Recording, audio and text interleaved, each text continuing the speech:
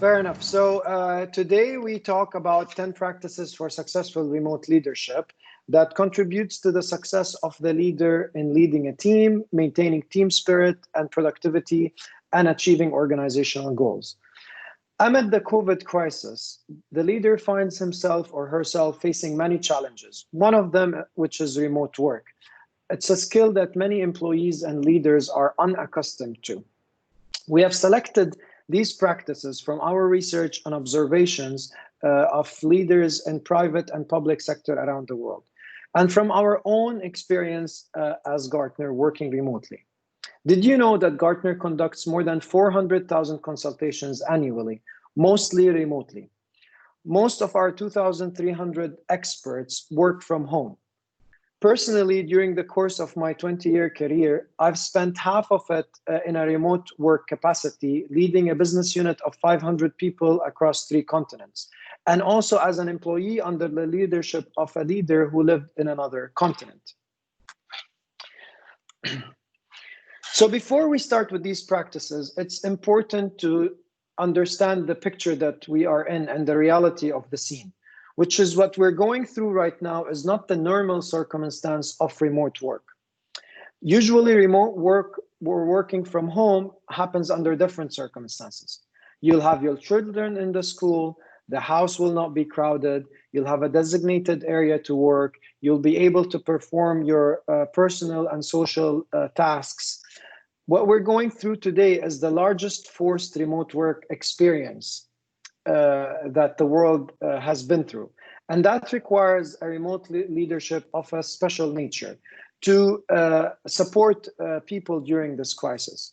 As employees will be going through abnormal conditions due to the concern of their safety and the well-being of their families. So you'll have cases where a certain employee has a sick person in the family, you'll have an employee who doesn't have the normal family support network for their children or the elderly, and they'll be struggling to balance between their work needs and their personal challenges.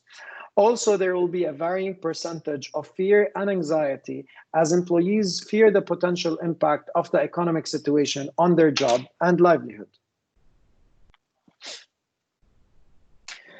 The best inspiration to start our discussion on the practices is this image of His Highness Sheikh Mohammed bin Rashid Al Maktoum as he conducts his meeting with his leadership team remotely. We saw through this image how UAE was able to stand before the challenge of COVID and proceed to achieve its goals successfully, even under remote work conditions. The UAE government was proactive in overcoming the stage of enabling technology for employees to work from home. Now, our goal is to model best practices for a productive world in which employees work remotely. The first practice is to revamp the work culture. Let us ask ourselves these questions. Is the meeting room a key success factor of team meetings? Is office space necessary to perform organization tasks? Are all job duties only accomplished in the office? Is showing up at the office a productivity performance indicator? The leaders that we saw succeed in remote leadership answered all these questions with a no. And Gartner's survey confirmed 5 out of 10 employees in Asia Pacific prefer to work remotely. The average use of office space in practice globally is only 50% of the time. The average utilization of meeting rooms globally is only 30% of the time. People who answered yes to any of these questions are still living in a pre-COVID mindset, and we advise them to reconsider that. Now, there are a series of activities that we recommend to enable the revamp of work, as you see here. Now, at the beginning of the crisis, we were all focused on building the necessary resiliency in the work environment. And the leader had to bring the human side more than ever. The best example are the decisions that we saw made by UAE leadership in activating the first line of defense to care for citizens and residents, and the continuous direct communication with citizens, such as His Highness Sheikh Mohammed bin Zayed text message during Ramadan. Now, with the ease of movement restrictions that we see in Dubai gradually, organizations will return to stabilize transformative opportunities. And here comes the importance of activities such as improving self-service, where your customers and suppliers can complete their transactions at ease on their own from a distance, without having to come to service centers and reduce the need of social conversions. An example of that is what we see in Dubai government with the usage of Dubai Now and smart suppliers apps. When the crisis is over, God willing, the focus will be on the sustainment phase. And here, defining the roles that will remain working remotely is very important. And supporting policies that enable that are even more important. And we've seen already the UAE government on a federal level issue a policy for that. This will benefit the citizen by enabling all members of the society in contributing to the workforce and by the ability to work flexibly. And that will increase the diversity and the gender balance. Also, it will enable you to attract talent from other Emirates who don't have to invest in the time to commute back and forth. You will also be able to access talent outside the country without the need to invest in travel hours. There's an environmental benefit for the city of Dubai by reducing pressure on infrastructure, traffic congestion, and saving relevant office and transportation costs. During the journey of these activities, it's very important to continuously monitor the organization situation and continue the culture sprints and share success stories at the enterprise level to motivate change. And here I'm going to pause and maybe ask you to share some examples of activities that you've seen being implemented in Smart Dubai towards revamping the work culture as we move into remote work.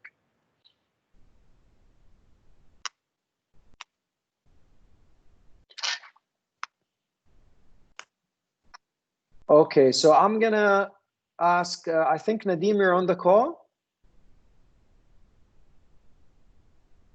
Sorry, I am indeed. How are you? Yes, I'm good. I'm good. So Nadeem, can you share with us and the colleagues one of the activities that you've done in revamping the work culture in Smart Dubai towards a remote work environment? Well, I think a couple of things come to mind, actually. We've moved away very much from a task management methodology whereby we were getting, particularly in Smart Dubai, people to punch in and punch out, to very much managing people on an outcome basis. And I think the crisis that's come has allowed us to accelerate that and actually manage people much better from a remote point of view, thereby looking at outcome rather than actually managing people by task, as it were.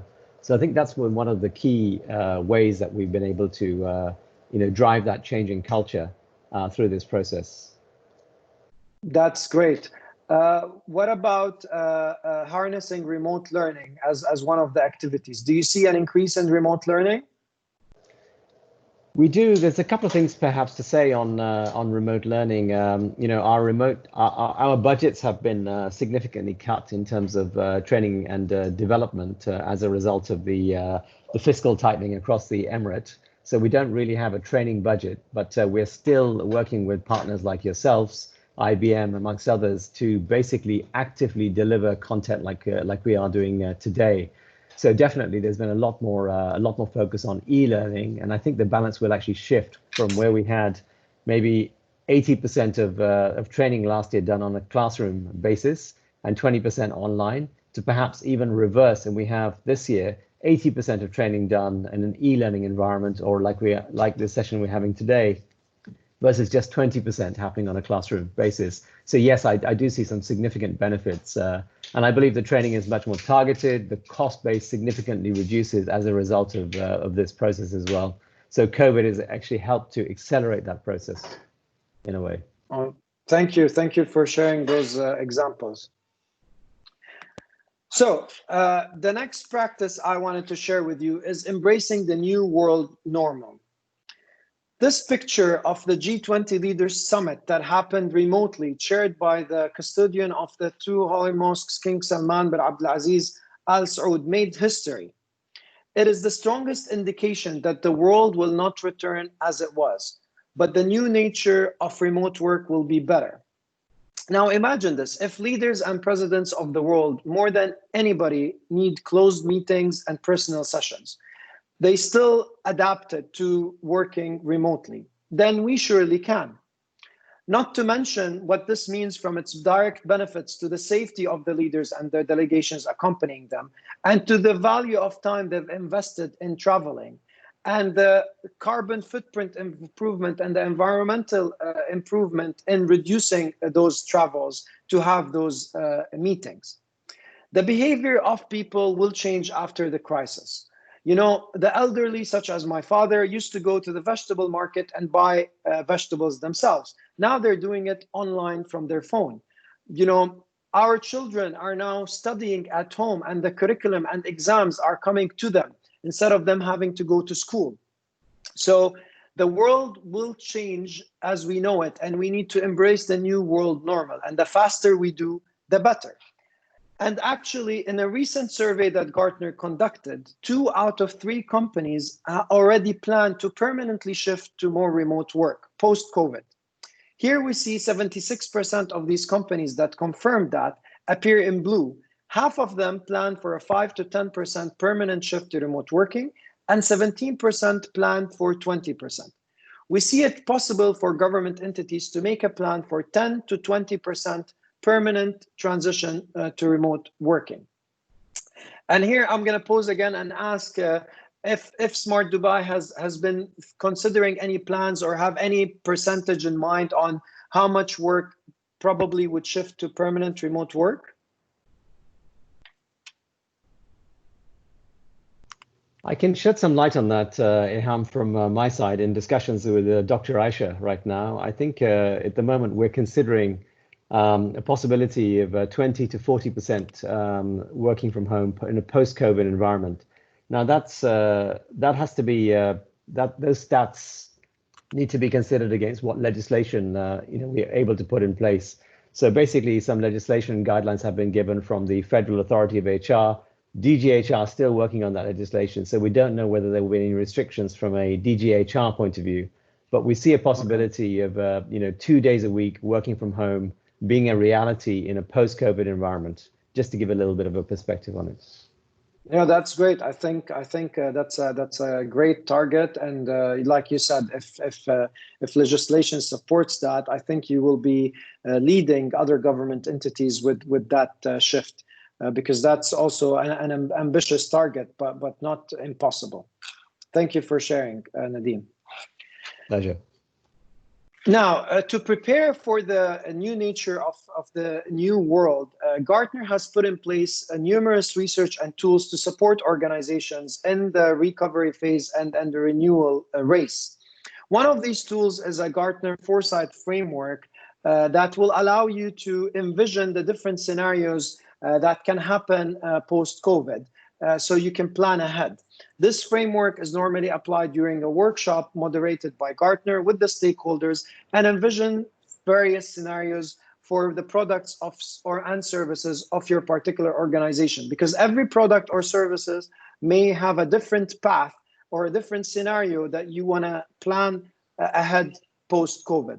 And I'm aware that we've already shared this with Smart Dubai, but it's a tool that organizations across the world are finding very useful to utilize. Now, the next practice we want to talk about is multiplying the speed of digital transformation. And as Smart Dubai, you're at the pinnacle of this vision for Dubai government.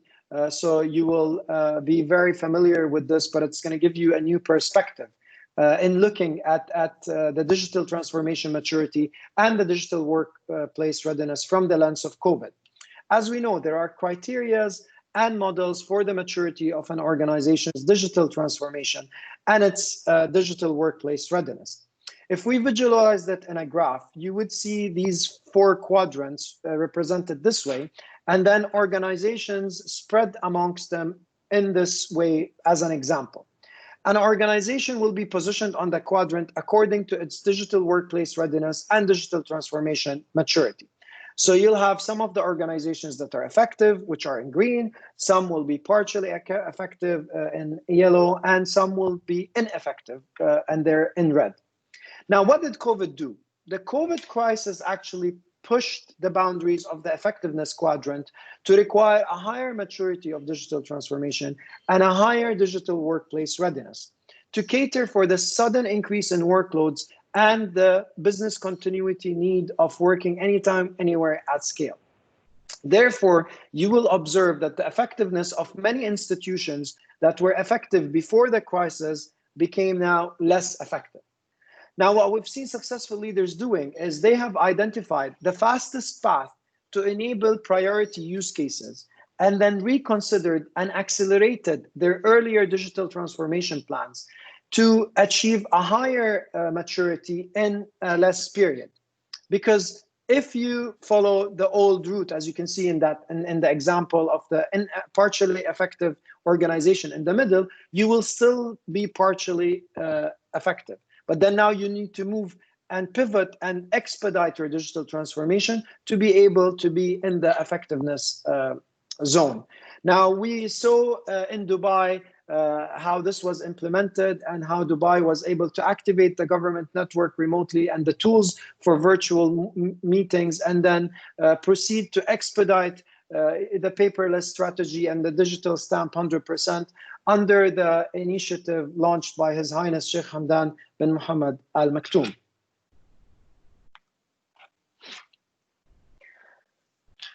The next practice I want to talk about has to do with you as a leader.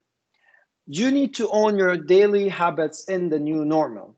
And the Dubai Health Authority greatly represented this in the social media campaign in front of you. Employees are influenced by the behavior of their leader.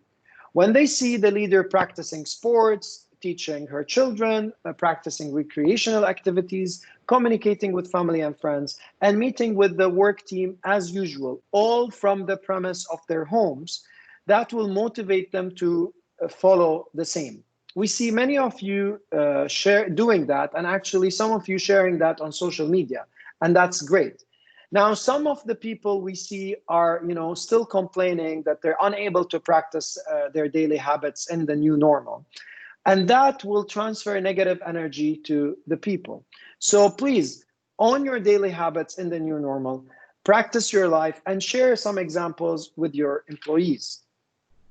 And here I want to take a moment and maybe ask some of you to share with us some examples on how you adapted, within your home to practice some of your daily habits.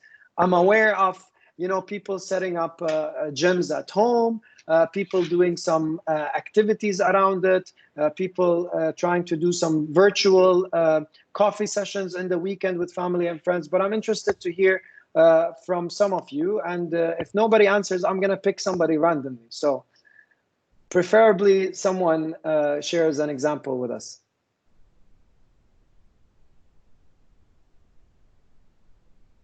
Hi. Okay. Hi. I thought if I didn't answer, you'd probably pick me considering our relationship. No problem, Nakul. Good one. Good one. You saved yourself being voluntarily picked. I think one thing that's really helped me personally is, I've always worked by schedule, and even at home, I've tried not to deter from that schedule.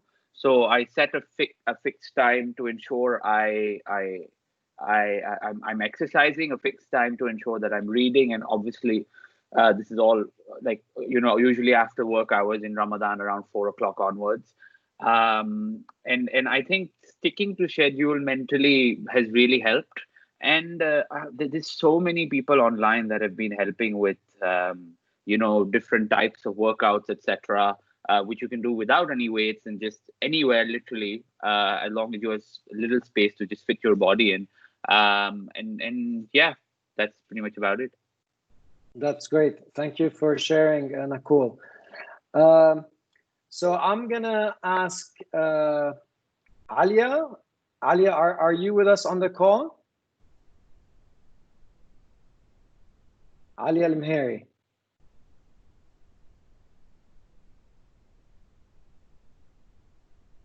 You're on mute, Alia, if you're trying to respond.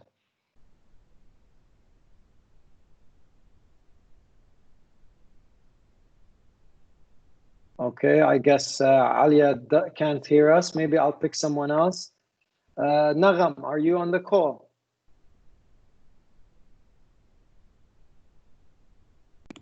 Yes, I am. Hi, Nagham, how are you? Fine. Can you share with us how are you connecting with family and friends from home? Well, we have a lot now of applications that we are using, such as Zoom and these applications. So every time and while we gather together, like with my friends, and have a chat or videos from time to time. And how often are you engaging with your colleagues at work in virtual meetings? Well, almost daily with my team. Okay. That's great. That's great. Thank you for sharing. So as I said, I think most of you are already owning your daily habits in the new normal. And if you know of any colleagues that are still struggling, share with them some stories, help them out. Trust me, they will appreciate it. Okay, so now we're gonna come to what I call one of the elephants in the room, trusting your team remotely. Now, you know, the question is, do we trust employees to do their job even if we cannot see them? And I think, you know, we have almost 40 colleagues in the call. And I think most of you, probably 37, are going to say, yes, we do trust them. But probably 2 or 3 we will say no. You're not going to say it out loud. But I'm here to discuss and share with you how confidence in employees work remotely will be very useful, because it's important for their mental well-being and psychological health, as keeping the team spirit positive and motivating them to improve their productivity is very key. Actually, based on Gartner research, employees at high trust organizations experience 106 more energy when working, up to 50% better productivity, and up to 76% higher engagement. What we see successful leaders doing is they are demonstrating compassionate empathy with employees' stress and fear. They start each meeting or conversation by asking with care about the employee's family condition, their safety. If they know of any special circumstances, they inquire about it and offer their support. Now, some of you might say, you know, we already have a lot of, you know, things to worry about. Now you're asking me as a manager to add the additional burden of emotional support. Well, it might sound like that, but remember, when you used to be in the office, you kind of did this emotional support in different ways, right? By meeting the people in the morning, having coffee, going down for breakfast, you know, asking about them, giving a pat on the back when someone did a good job. So you're already providing some form of emotional support when we used to work in the office. Now we need to transfer that into our virtual engagements. And here we chose the emoji because it represents the expression of a person's affection during online communication, which is what we need to highlight during this remote work phase that we're going through, and even, you know, continuously if we move to a permanent remote model. Now, we always advise our clients that video communication is the best and first option. And then if you're not able to do video communication, at least go with audio instead of just, you know, text communication, and smile. Even if you're speaking to a person by audio, your smile will always be transmitted to them through sound. Now, transparency is important and key, and it's one of the characteristics of trust, right? And acknowledging discomfort in remote management to your team is going to be very helpful. It will let them know that the confusion or the adaptation phase that they're going through is not something unusual. You're also going through the same thing. So you can go like, you know, guys, this is something new for both me and you. We're going to learn it together. I know it's going to be a little bit uncomfortable at the beginning, but I'm sure we're going to learn it fast, as we did deal with any other challenge that we faced. This will give employees the comfort and the ability to share feedback with you and suggestions for improvement. Now, I know most of you, work in a trust and mutual accountability, but probably 2 or 3 are still in the era of command and control. And we advise that you move from command and control mentality to trust and mutual accountability. And that is by setting clear expectation for individual roles and responsibilities, giving the team a clear idea on the criteria for their success and your success as a leader. There needs to be mutual accountability. They need to know how you're being measured, and they need to know how you're measuring them as a team. Share regular reports on productivity. Take a flexible approach to solving problems. Because remember, even with remote work, your team still carries the same principles and values. They still see the importance of their work, and they still know that the success of each team member depends on the commitment of the other team members to that common goal. Finally, as a manager and as a leader, you need to promote the autonomy of the team and ensure that you are being a connecting manager to get support networks from the other teams within the organization. I mean, imagine the challenge you're facing working remotely with your own team, and you know each other very well. So now you need to engage with different businesses, different back office functions, different teams. So as a manager, you need to, stand up and make sure that you're working with your peers to strengthen the support networks and be there readily to support any escalation to accomplish the tasks of the organization. And with that, I'm going to take a pause here, and I'm going to ask someone who didn't speak yet to share with us a little bit how they feel in terms of trust as a manager or as a team, and how has that evolved during remote work.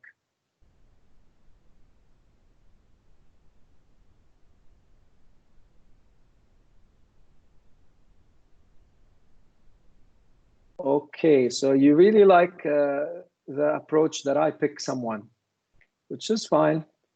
I can do that. I think you should go ahead and pick someone. Thank you, Nadeem. With your blessing, I'm gonna ask Mary, right? I'm gonna ask an employee. Mary, how do you feel the trust culture, and how do you feel things were working in Smart Dubai, working remotely? Hi everyone. So yeah, I think from Smart Dubai, from my Dubai Smart family, so they trusted the people. I mean, so they're not micromanaging. They are acknowledging that this is like really this is really a challenging time for everyone. And yeah, basically, yeah, it gives us more confidence to do more, and also that there's an adjustment period for all of us. And yeah, that's I think how the work goes on. That's good. That's good to know. I mean, being able to show the trust mutually is very helpful, I think, and that will support the team, keep their spirit high, and continue their productivity. Thank you for sharing. I think Hilal raised his hand, I think. Hello? Assalamu alaikum. Walaikum salam. Assalamu alaikum. Hi everybody. How's everybody doing? Hi. Is it Hilal or Abdullah who's talking? Yeah, this is Hilal speaking. Abdullah spoke for me though. Okay. Yeah. Good. Abdullah's next. All right. Hilal, tell us. You're wearing the security hat. So maybe you can tell us a little bit more about trust remotely. True. Well, here's the thing. Everybody in Smart Dubai is trustworthy, regardless. Everybody is trustworthy. It's just that, like in the office, when everybody sits in the office and works, they have a work environment they are programmed or disciplined each and every day, that they know whenever they go to the office, they will achieve whatever they need to do. However, when they're sitting at home and all of that, you're sitting in your comfort of your own home, and you have lots of distractions around you. There are certain people who just don't have as much discipline to do certain tasks. I'm not talking about everybody. I'm talking about certain people. As managers, we have to sort of like help them build the discipline. Okay, so this is something that I've learned. And And I mean, this is my 2 cents about this whole thing. I'm just not saying that. I mean, everybody's trustworthy, regardless. Everybody's in smart device trustworthy. It's just that certain people just need to be a little bit more, let's say, urged or helped in terms of building discipline, scheduling themselves a little bit better, and so on. Like, this is my 2 cents about this whole thing. No, that's very good. And by the way, Hilal, you're a couple of steps ahead of me, because we're going to be talking about how to support employees who are unable to adapt in terms of their productivity. But I agree with you. Being closely engaged with Smart Dubai, I think everybody is trustworthy to get the job done, even remotely. So thank you for sharing. I know, Abdullah, you wanted to say something on I don't know if it was just telling me that Hilal has raised his hand up, or you wanted to share something else. So please go ahead. Yeah, I wanted to share something about this. Actually, one of the things that we used, I mean, maybe it's not in Ramadan, but in other days, something like like the lunch with colleagues, or the breakfast breaks, like where we talk about different topics, not only about work. And when you do that with the teams, they feel like you're asking about them, not only like giving tasks or something. So that type of things also give the trust between us and the team members, asking about their families, how's things going on with them during this situation, how comfortable they are with the tools and the things that we are using. So I think this type of interaction also help us a lot. Ayhan. Okay, that's great. And I know, one needs to be creative to create those personal touches. Like you mentioned before, it was easier to go down for lunch and have a chat. Now you need to think about different ways to keep that engagement, and we will share some of it. But like you mentioned, things like virtual coffee. I know, within a group of friends, we used to do this dinner once every month.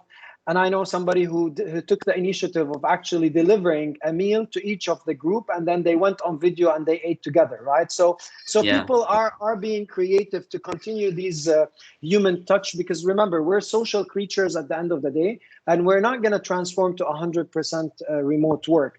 We need to take the benefits of remote work, but at the same time, remember that the human interaction is key to our existence. So thank you for sharing, Abdullah. Nagham, you had your hand raised. I don't know if that's still applicable and you wanted to say something, or... Yes, I want to share something. Sure. At the beginning, when they told us we need to work remotely, I was just afraid, more than half of my team, they have different mindset. They have never worked at home. Even they have desktops. They don't have laptops even. Mm-hmm. But when they put in a situation that they have to do this, there is no any other choice. They did that perfectly. With the help of the leaders, with the help of our management and the entity, they did that work perfectly. So it's only a change of a mindset and a trust with your employees, and to help them through all of this.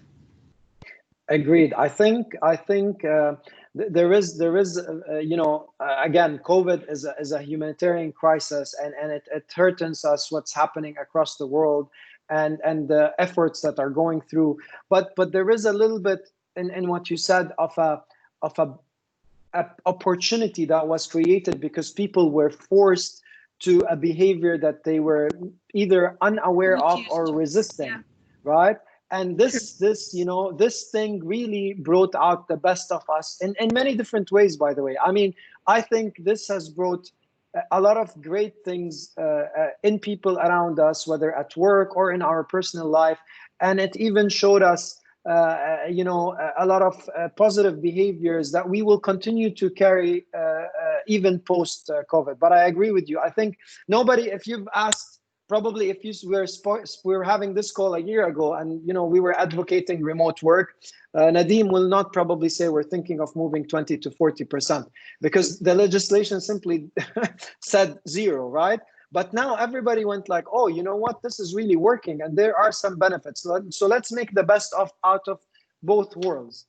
Yes, thank you. Thank you very much, Nagham, for sharing. So I'm going to move on to the next practice. Now, it's very important to engage and communicate like never before. I mean, remember how you used to meet with employees in the office on a daily basis, go into meeting rooms. If you're the meeting chair, you would be discussing a topic or a decision, and you're reading the body language in the room and interacting with it. Now we have to do it remotely. So it's very important to increase the frequency of communication with the team and to also invite group participation. I mean, very simple example. I'm here in front of you, by the way, I'm presenting. I'm sharing my screen, so I cannot see anything. I'm literally walking blind. So I have a list of attendees next to me, and I'm asking you to get engaged. Because if we were in a room, I would be looking at you right now, and I'll see, okay, this person is leaning in, they're engaged. This person is a little bit distracted. Maybe I should talk to them. But now we need to put more effort to be able to read the room and to engage the people around it. And I think there are many examples in Smart Dubai where you have successfully did it. So please continue doing it. And if you're not doing it, start doing it. Make sure that if you're going into a meeting for a decision making, that you ask every person in the meeting to contribute. Don't expect people to raise their hand and speak up. Some people will be more shy of contributing in a virtual meeting. A second important thing is sharing success stories and remote work adaptation. Like Nagam mentioned, right? The team came together and did amazing things in time of crisis, right?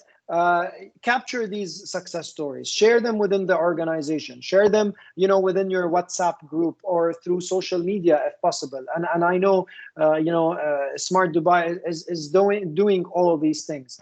But remember, it is very motivating for people. When people see what can be done, they will try to do the same, if not more. And one great example is when His Highness Sheikh Mohammed bin Rashid Al Maktoum shared the success story of how the entire country's education system went to remote in a very fast period, and all our students were learning remotely.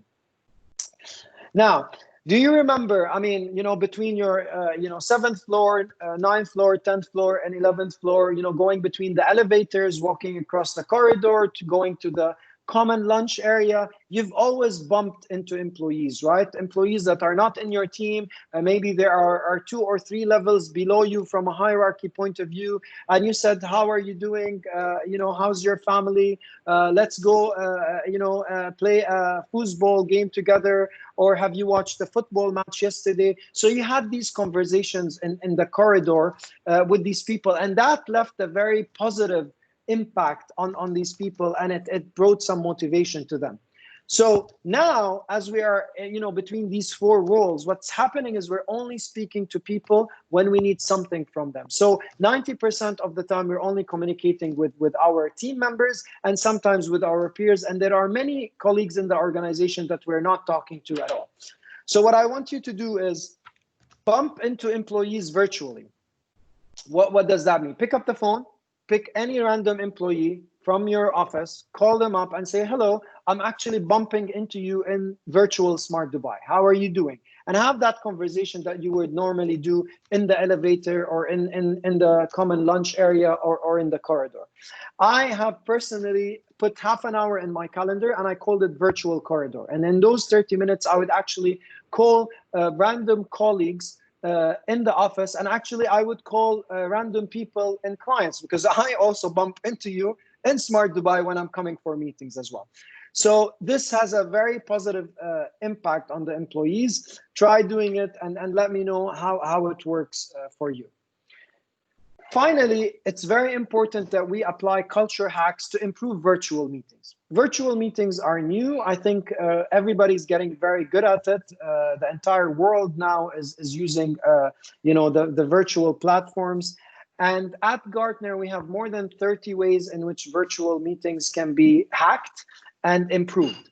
For example, if you're in a meeting with your team and you feel that the team is distracted or not engaged and you want to apply a culture hack, you might start the meeting by saying, guys, in this meeting, I'm going to name the person who's going to send the meeting minutes at the end of the meeting, and it's going to be a random person.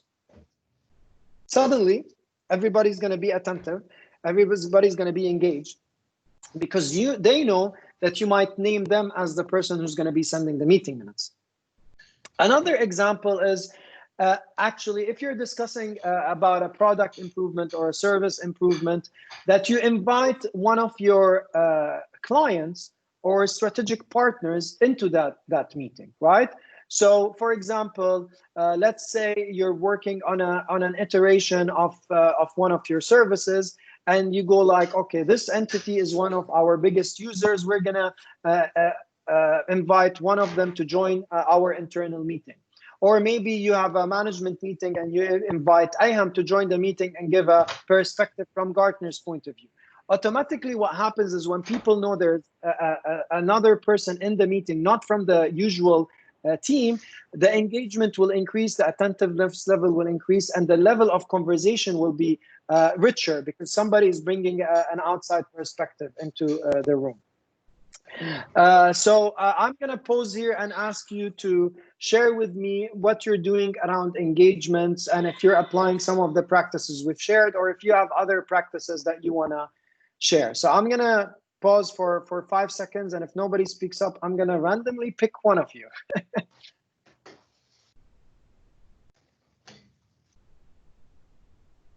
Nadeem, I think you're unmuted, so I can hear you bumping, but I don't think you wanted to speak. Okay. So just remind me again. I was slightly distracted trying to do. No. I'm saying we can hear you doing something. So maybe if you can mute your phone a little bit, so that I can give a chance to the colleagues who raised their hand. Thank you. Thank you. Okay. So Yara, please share with us. Hi everybody. Good morning. It has been a long time since we spoke to each other.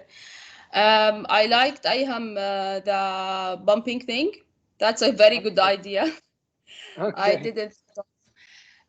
Just to share with you, I think you mentioned very important issue, which is the trust. Trust is very important. I think the more you trust, the more you get an output from the team. That's one thing, but there is another, let's say, perspective for that. If I think Hilal has mentioned this, you need to help employees that are not able of working remotely, where they need some discipline. That's another factor. But for me, what I saw from the last period, actually, trust is a major factor. So the more you trust, the more you get output from your team. I usually, every Thursday, when hopefully we don't have a lot of meetings, but now we have more meetings than before. So every Thursday I sit with my team, we have coffee together. I insist on turning the camera on. That's a very important thing. And I think maybe Nadeem, we should start forcing turning the camera on, because I think that's very important. Working together and so yes, in some meetings we do that. I think it just depends on the type of meetings we have. I don't know how many people will like that or not, but I think that's very important, because we need to see each other, we need to talk to each other. That's very important. Yes, it's a good point. Thank you, Yara, and let me give you some comments on the video. So actually, as I said, we do recommend that the video is on.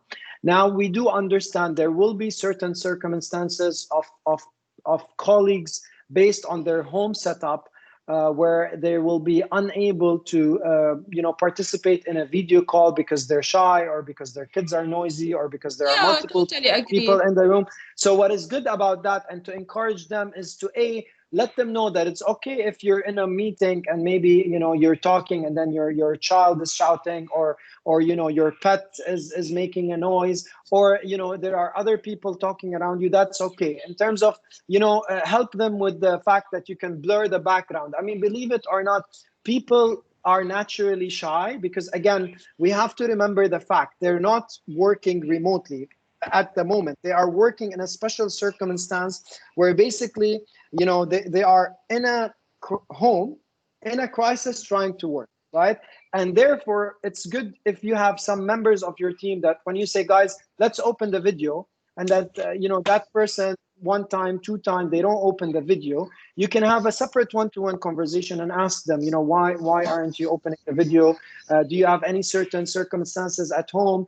Or you don't have to be shy. It's okay if there's no, people want that assurance because that's an environment they've not been comfortable with. Yeah, and I agree. And what I see is if we're able to go up, like, we have 10 people in the room, if 8 are on video, trust me, in 2-3 meetings, you will find everybody on video because they will see that the people on video are interacting better, they're having more time to speak, and it's more lively. So I fully agree. We need to encourage, because I say to force, I think it might be a little bit difficult, but I would say let's encourage people to go on video. And for people that aren't going on video, as a manager, have a one-to-one discussion and understand why they're unable to go on video. And if they have a valid reason, by the way, so they don't feel left out, because, I've done this, I've had discussions with clients. So what we would say is, guys, everybody switch on their video except for X. We know it's not possible for you, so that their colleagues also understand, like, why X isn't opening his or her video, right? So it's very important. Say it's common sense, but it's yeah. Just to add to that, Eham, just wanted to share with you. So we have a lot of meetings with Dr. Aisha, and Dr. Aisha meetings are always with video, always. And I think that makes a lot of a lot of difference. The level of engagement's better. You can read some body language. You get a perspective in terms of how the messages are being received. And it adds another level of interaction that we can't see just on an audio call. Definitely, and Nadeem, I fully agree. So to summarize, I think during COVID, encourage video calls, and if there are instances of exceptions, understand why and share them with the rest of the team so the person doesn't feel left out. I think post-COVID, when you're talking about permanent remote work, when I am applying for a job that is remote work from the beginning, it's expected that I'm setting up my home environment for remote work. And I think at that time, you can kind of stipulate that these meetings are video meetings and you need to be on video, right? So fully agree with you. And thank you, Yara, for sharing your perspective. Okay, I'm gonna ask another colleague to share some of examples of their engagement or feedback on the practices that we've shared. Any volunteers?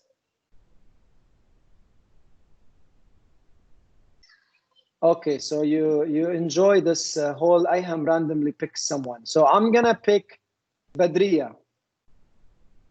How are you, Badriya?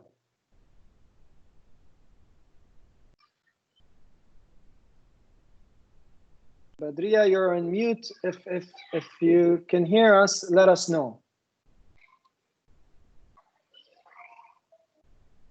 Okay, so I think Badriya can't hear us.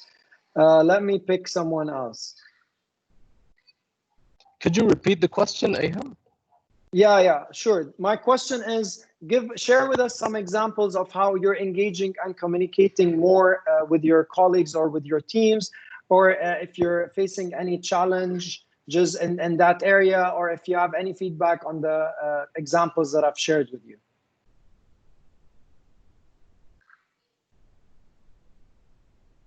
Okay, so Jalal, can you hear us?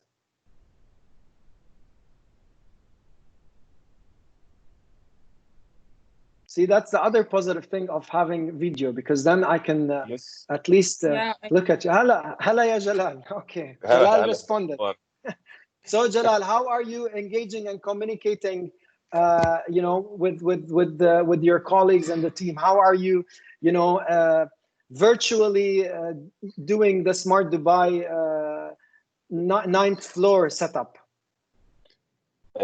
First of all, I think we are meeting very often. We have a lot of meetings during the day, so I'm meeting almost everyone in my team. Okay. This is one thing, and the other thing that we had a couple of meetings actually apart from the work. We had a couple of meetings with our team just to socialize and just to remember each one's space. So this was quite interesting because we discussed some few things outside the domain of the work.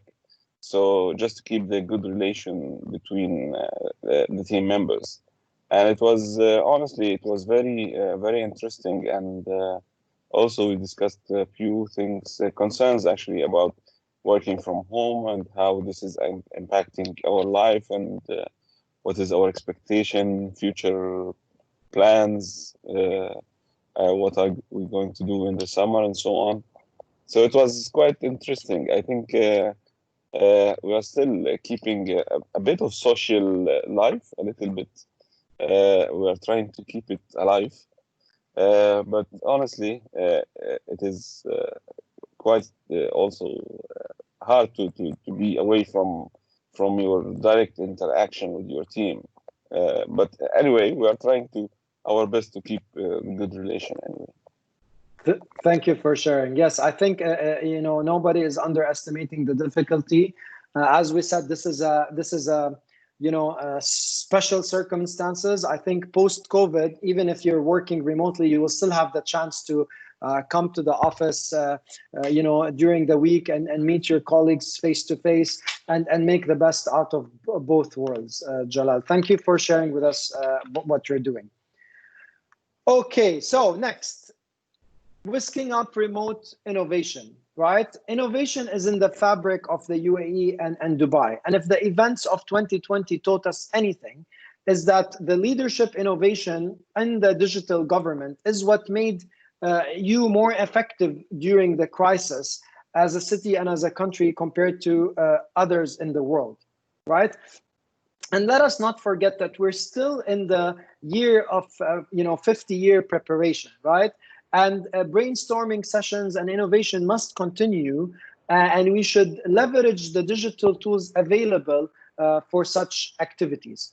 So I'm going to ask the group, when was the last interactive brainstorming session that you've done with your team or with your peers?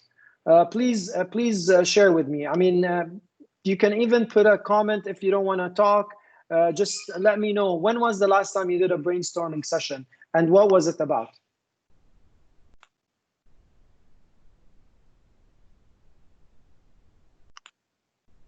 Okay, so back to random selection. I am gonna ask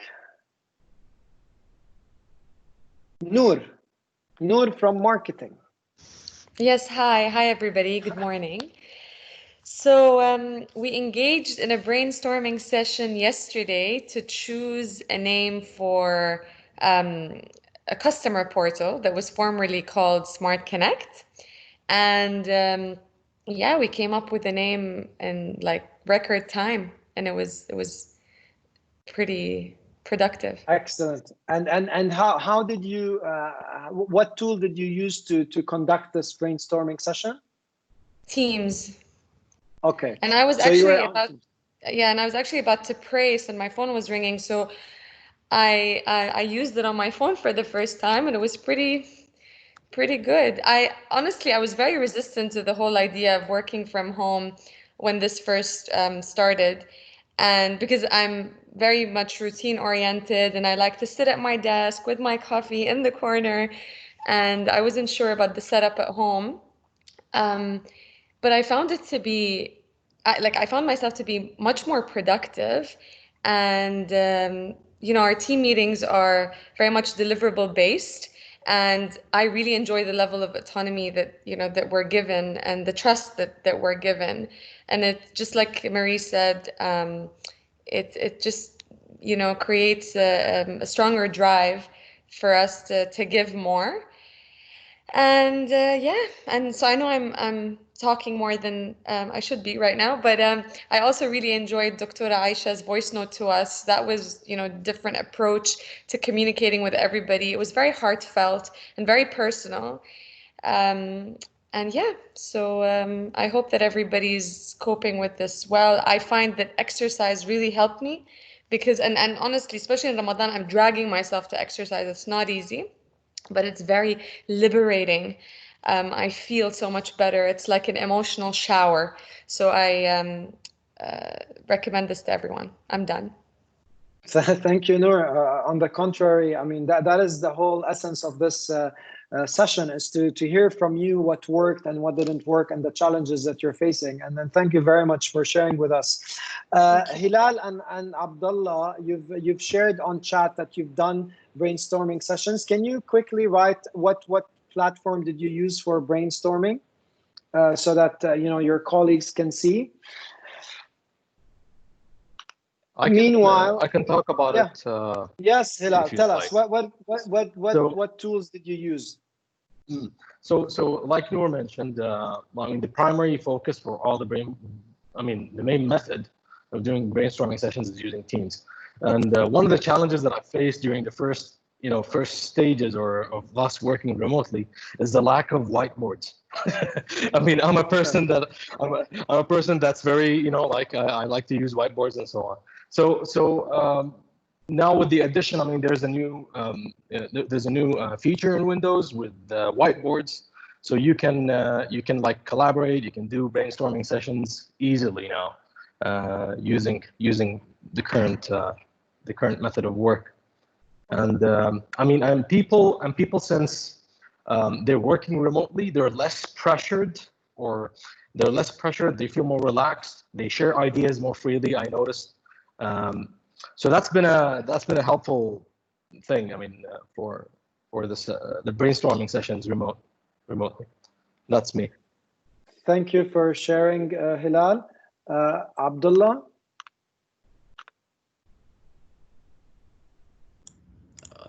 Yes, I am. Yeah, one of the tools like we're using Teams, but we were sharing the screens, like through PowerPoints and Excel. And we were doing like inputs on spot on the through the team sharing tool. That's great. Thank you for sharing. So Hilal mentioned a very important point, which is, we're missing the whiteboards where we used to, put the post-it notes and talk and, scribble some notes and then wipe them off.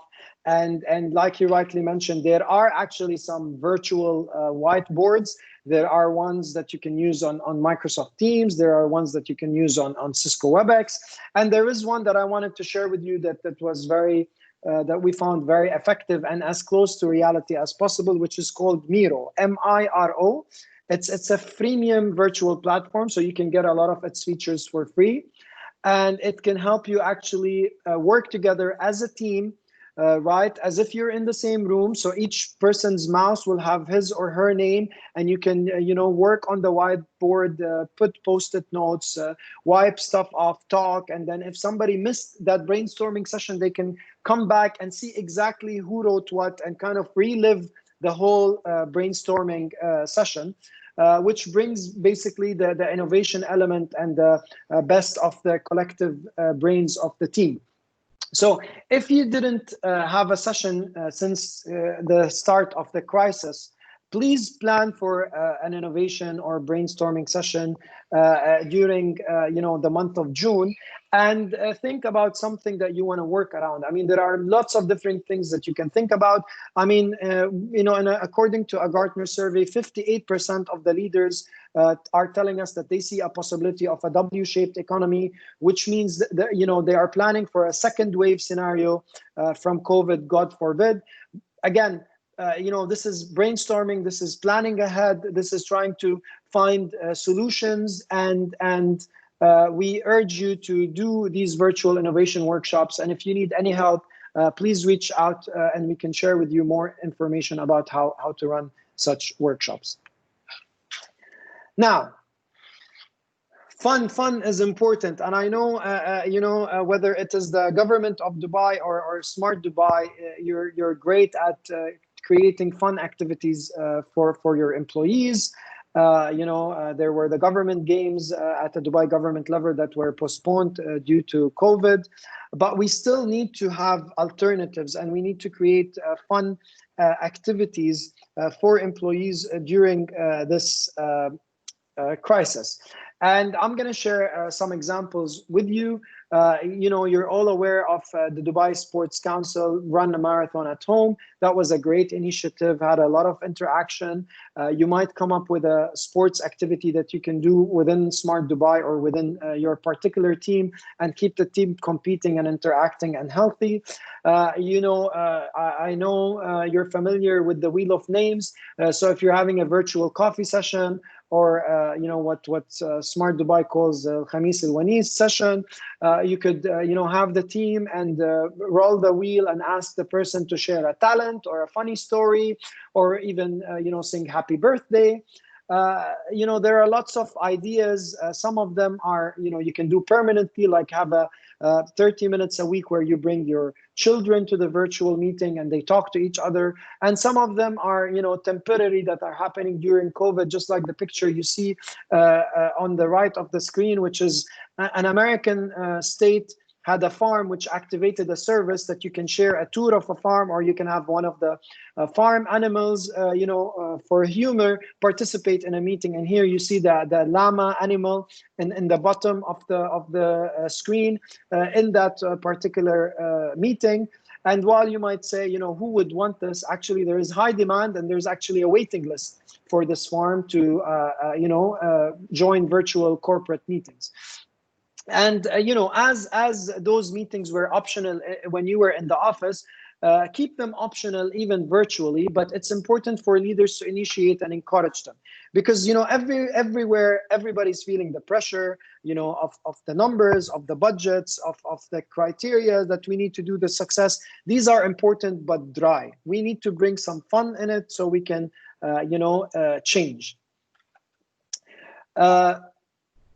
I'm not going to ask you about what fun activities you're doing, because I know you're doing a lot of fun, and I'm conscious we have less than 10 minutes left. So I'm going to save some time for the next practice, which I know is important. And it's another, let's say, elephant in the room. Now, productivity versus activity, right? The next practice is all about recognizing productivity and not activity. As we said at the beginning of the conversation, the situation with COVID is not the normal situation for working from home, right? And we need to realize this. So our employees are at home during a crisis trying to work. They're trying to balance their work and personal needs. They should not be compensating for, you know, lost productivity by working more hours, although that is the case, right? So they're going through a lot of challenges. And what we saw effective leaders doing is they know every certain circumstance of each member of the team, and they are leveraging the best out of it so that the people can manage their home life and at the same time produce what is expected for them. So some of the people can work in the same official working hours, some of them cannot. You know, they have children, they need to tutor them, they have elderly at home, and maybe they will be able to deliver what's expected from them at 11 p.m. at night instead of the normal working hours, or maybe they need some assistance. So based on the conversations with our members, we found that there were cases where employees worked more hours remotely and the productivity has increased. And we also heard of instances where productivity was lost due to lack of discipline with the delivery of tasks, or poor time management, or failure to adapt to remote work. You know, I think Hilal mentioned the example of you know, helping employees with discipline. And here's where we're gonna share some examples. So first of all, and very important to be able to recognize productivity and not activity, is actually that we measure productivity instead of activity. And that's what Nadeem shared. So it's no longer about punching in and punching out. We are setting clear goals for employees and monitoring their performance based on these goals. These goals, it's recommended that they are short term. So if you were doing you know, an annual goal, it has to become a monthly goal. If you were doing a monthly goal, let's focus on weekly goals. The goal should be set as a range versus absolute, so it motivates people to do better. So if we're saying, you know, you're supposed to produce, I don't know, 1,000 lines of code to work on this particular service, we go like, we want you to produce 800 to 1,000 lines of code to support this particular app that we're doing, right? Because people feel more motivated and they will feel easier to succeed when they're given a range, right? And help people compete, keep the competition higher. Like, okay, we are trying to optimize the speed of this process. The team who gets the highest optimization percentage will be given the highest points, for example, and let the team compete with each other within the organization. That will bring productivity up. Avoid things like, oh, I need you to send me an email in the morning so I know that you're working, or I need you to send me a picture at the end of the day. These things will not help improve productivity. They will only make people frustrated, and there will be a lack of trust on both sides.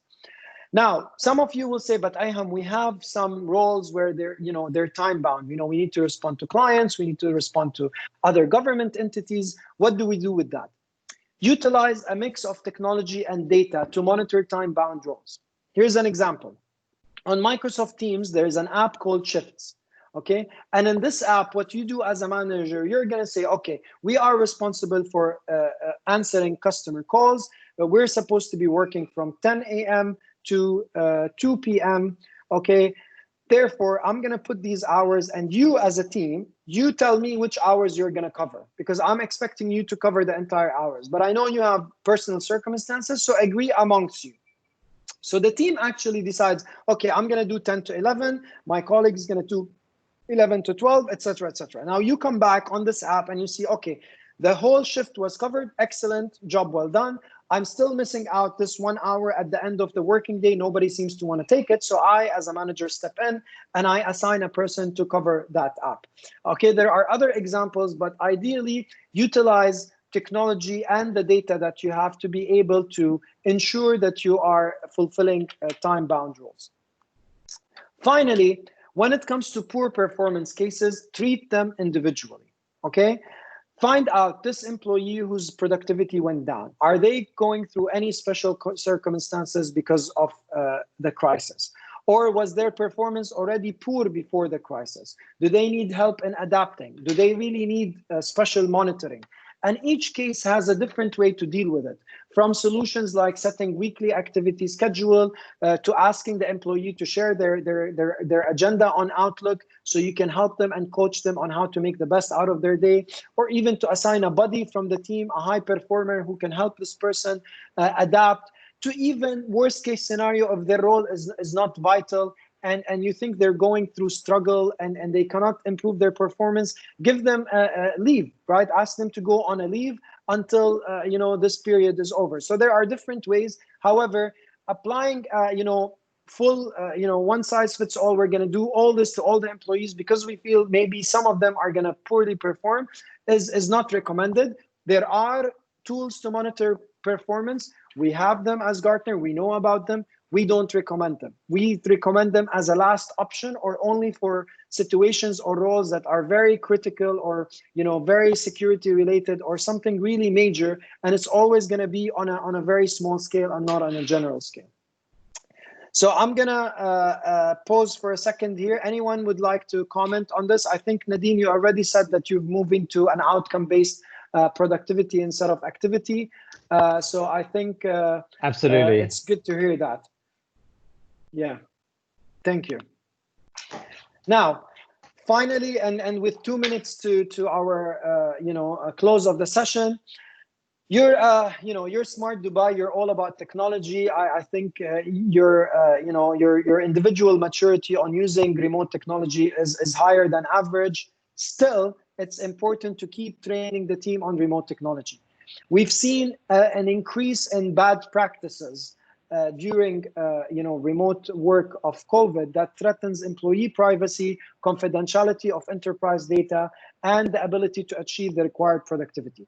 Some of you think that everybody's accustomed to technology. Yeah, everybody knows how to use video calls. Everybody knows that they should be not using their personal laptop when they are working on a certain job-related task, etc., etc. The fact is, the work environment is more technically and security equipped than the employee's home environment, especially that this is something that caught us by surprise.